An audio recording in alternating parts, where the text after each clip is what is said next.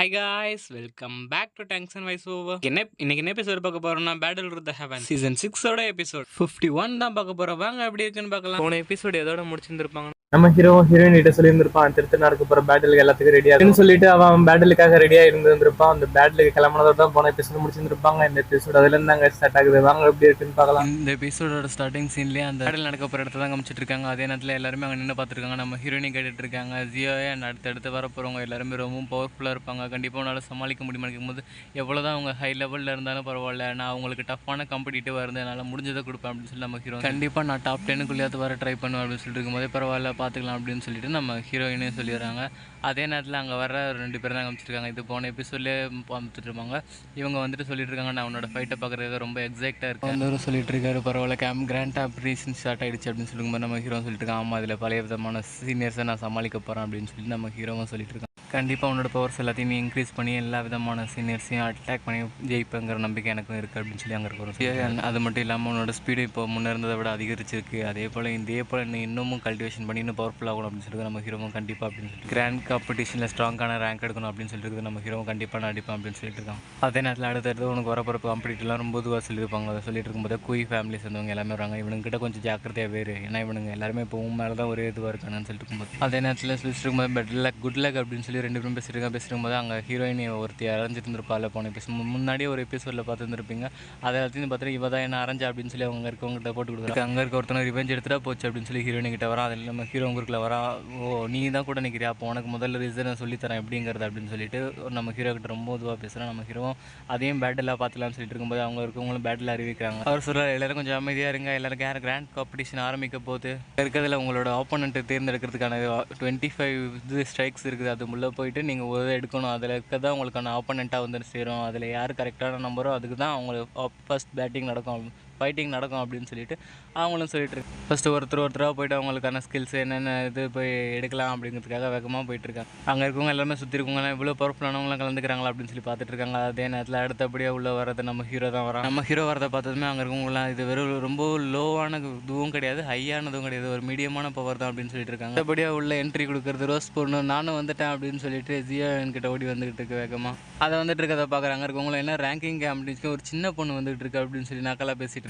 நம்ம ஹீரோட ஃப்ரெண்டெல்லாம் அதை பார்த்துட்டு ரொம்பவும் பயப்பட ஆரம்பிக்கிறான். இது இவ்வளோ அப்படின்னு சொல்லிட்டு சாக்காகிறான். வந்துட்டு எனக்கு நீ கொடுத்த பில்லெல்லாம் முடிஞ்சிருச்சு, சீக்கிரமாக எனக்கு பில்லு ரெடி கொடு அப்படின்னு சொல்லிட்டு அதனால நம்ம ஹீரோ கண்டிப்பாக எடுத்துறேன் அப்படின்னு சொல்கிறேன். அவங்க தாதான் திட்டுறாரு, நீங்கள்லாம் வரக்கூடாது, இது ஏன்னா இப்போ கிராண்ட் காம்படிஷன் ஆரம்பிக்க போது இங்கேருந்து போ அப்படின்னு சொன்னதுக்கு என்னையே இப்போ தள்ளிட்டுங்க அப்படின்னு சொல்லிட்டு அங்கேருந்து கிளம்பிடுது அந்த பொண்ணும். அங்கே இருக்கிறதுல ஒருத்தன் போய் ஃபஸ்ட்டு எடுக்கிறான். அவன் போயிட்டு எடுத்துகிட்டு த ரெட் பேங்க் கிளான் தான் அப்படின்னு சொல்லிட்டு போயிடுறான். அதே நேரத்தில் அங்கே குய் ஃபேமிலி கூட தானே முதல்ல நினைக்கிறேன், அது வந்து பேம்பூஸ் இதில் இருக்குல்ல, அதை போய் எடுத்தால் தான் உனக்கான இது கிடைக்கும் அப்படின்னு சொல்லிட்டு சொல்கிறான். அதே நேரத்தில் நம்ம ஹீரோவும் அங்கே போயிட்டு அதை தான் கரெக்டாக எடுத்தானா அதுவே இல்லை, ஓ இதுவா அப்படின்னு சொல்லிட்டு நம்ம ஹீரோவும் கேட்டுக்கிட்டு இருக்கான். அதில் சரி மாறிடுச்சு போல இருக்கு அப்படின்னு சொல்லிட்டு இருக்கும்போது நம்ம ஹீரோவும் ஹீரோயினிட்ட வந்துடுறான். உன்னோட ஆப்போனன்ட் வந்து பாய்சங் ஃபேமிலி கேங்கா அப்படின்னு சொல்லிட்டு கேட்டுருக்காங்க. பாய்சங்கிட்ட நீ கொஞ்சம் கேர்ஃபுல்லாக இருக்கிறது ரொம்ப நல்லதுன்னு சொல்லி ஃப்ரெண்ட்ஸ் எல்லாம் சொல்லிட்டு இருக்காங்க. அதே நேரத்தில் நான் பார்த்துக்கிற அந்த மேட்ச் ஆரம்பிக்கும் போது சீக்கிரம் வாங்க அப்படின்னு சொல்லிட்டு அங்கே யாரோ 2 பேர் வந்துட்டு இருக்காங்க. ஃபஸ்ட்டு வந்துருக்கதே நம்ம ரோசி பொண்ணுக்கும் அந்த சின்ன இன்னொருத்தனுக்கும் தான் ஃபேட்டில் நடக்குது. என்னது நீ சின்ன பொண்ணாக இருக்குன்னு சொல்லி நக்காலா சரி ரோசி பொண்ணும் என்னது சின்ன பொண்ணா, சரி வா ஃபைட் ஆரம்பிச்சு தான் பார்த்துருவோமே அப்படின்னு சொல்லிட்டு அது உடம்பு நினச்சிட்டு ஃபைட் ஆரம்பிக்க ரெடி ஆகுது. இந்த ஃபைட்டில் நான் ரொம்ப ஈஸியாகவே ஜெயிச்சிருவேன் அப்படின்னு சொல்லிட்டு தன்னோட ஆர்மரோட மூஜாக ஆரம்பிக்கிறான் அவனும். அதே நேரத்தில் நம்ம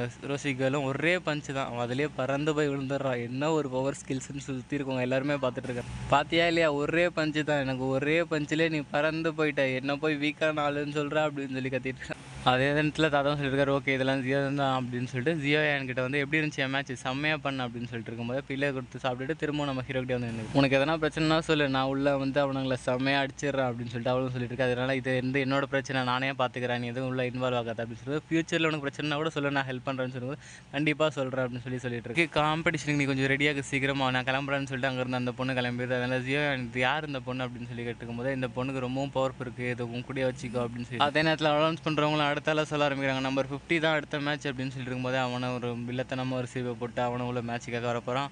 அதே நேரத்தில் அடுத்து பாய்ச்சங் கேங் தானே அவனால நம்ம ஹீரோவும் வந்து ஃபைட்டு ஆரம்பிக்கும். இப்போ நம்ம ஹீரோக்கும் பாய்ச்சங் கேங்க்கும் வேறு லெவலில் ஃபைட்டு போயிட்டுருக்கு. அதே நேரத்தில் நம்ம ஹீரோ முடிஞ்ச அளவுக்கு சமாளிக்கிறான். அவனும் அப்போசிட்டில் இருக்கணும் விட்டு கொடுக்காம வேறு லெவலில் ஃபைட் பண்ணிட்டு இருக்கான். நம்ம ஹீரோவும் தன்னோட ஸ்வாடை வச்சு அட்டாக் பண்ணிட்டு இருக்கான். நம்ம ஹீரோ உனக்கு ரொம்ப செல்ஃப் கான்ஃபிடன்ஸ் இருக்குல்ல, அதை வந்து உன்னோட இந்த லெவல்னால தானே இதை மொத்தமாக நான் முறியடிக்கிறேன்னு சொல்லிட்டு தன்னோட பவர்ஸ் கேதர் பண்ணி தன்னோட ஸ்வாட் உள்ள அமைச்சு அது எல்லாத்தையும் அவன் பண்ணுற அட்டாக் எல்லாத்தையும் ரொம்ப ஈஸியாகவே டிஃபெண்ட் பண்ணி ஹெவன்லி லோட்டஸ் ஃப்ளேமோட பவர்ஸ் ஸ்வாடில் கேதர் பண்ணனால அவனால் சுத்தமாக நிற்கவே முடியல. ஏன்னா அந்த லெவலுக்கு பவர்ஸ் ரிலீஸ் பண்ணுது ஹெவன்லி லோட்டஸ். நம்ம ஹீரோவும் விட்டு கொடுக்காம வேறு லெவலில் அதோட அட்டாக்கை வைக்கிறான். அந்த அட்டாக் வச்சதுமே அந்த இடத்துல இருந்து அவனோட ஹெல்மெட் மட்டும் பறந்து வந்து விழுவுது. மேலே இருக்கவங்கலாம் பார்த்துச்சு அம்மையாக கலாச்சி வச்சுட்டு இருக்காங்க மொட்டை தலையை. அப்படி வாயை மூடுங்க, இதுக்கப்புறம் நான் என்னோட பேட்டில் பார்த்துக்கிறேன் அப்படின்னு சொல்லிட்டு செம்ம டென்ஷனில் அவனும் தன்னோட பவர்ஸ் எல்லாத்தையும் ரிலீஸ் பண்ண ஆரம்பிக்கிறான். அந்த பவர்ஸ் எல்லாம் சும்மா அல்டிமேட்டாக இருக்குது. அந்த லெவலுக்கு அவனோட மொட்டை தலையெல்லாம் வேறு லெவலில் ஏதாவது வருது. நம்ம இது என்ன ஸ்கை ஃபயர் 3 மிஸ்ட்ரேஸ் சேஞ்செலாம் இதில் வருது அப்படின்னு சொல்லி நம்ம ஹீரோவும் ரொம்ப யோசிச்சு பார்த்துட்டு இருக்கான். அந்த நேரத்தில் அவனோட வெப்பனையை ரெண்டாக மாற்றி வேறு லெவலில் நம்ம ஹீரோ அட்டாக் பண்ணுறதுக்காக வந்துட்டு இருக்கான். நம்ம ஹீரோவால் அவனை பார்க்க கூட முடியல, ஜஸ்ட் சுற்றி டிஃபெண்ட் மட்டும் தான் பண்ணுறான். என்ன இவ்வளோ வேகமாக இருக்கான் அப்படின்னு சொல்லிட்டு நம்ம ஹீரோவும் அவனோட ஹெவன்லி லோட்டஸ் ஃப்ளேமோட மேர்ஜானாலும் அவனால் சுத்தமாக சமாளிக்க முடியல. ஏன்னா அவன் இவ்வளோ வேகமாக இருக்கும். நம்ம அவனோட ஃப்ளேம் மூலமாக நம்ம ஹீரோவை மொத்தமாக கட்டி போட்டு ஃபுல் பவர்ஸையும் கேதர் பண்ணிட்டு நம்ம ஹீரோவை வந்து அட்டாக் பண்ணிடுறான். அட்டாக் பண்ண அடுத்த நிமிஷமே அந்த இடத்துல ஒரு பெரிய பிளாஸ்டே ஆகுது.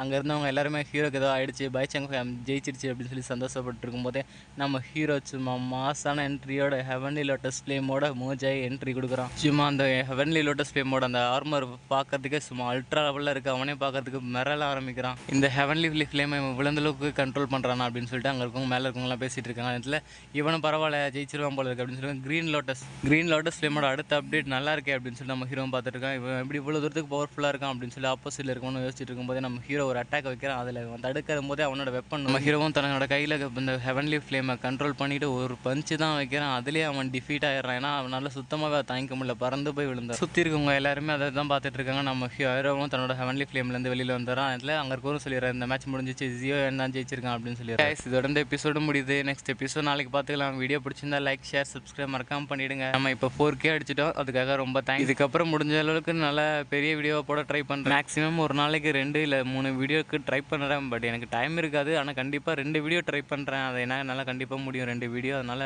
டெய்லி 2 வீடியோ ட்ரை பண்ணுறேன். கைஸ் இதோட இந்த எபிசோடு முடிச்சிக்கலாம். நெக்ஸ்ட் எபிசோட் நாளைக்கு பார்த்துக்கலாம். Bye bye guys.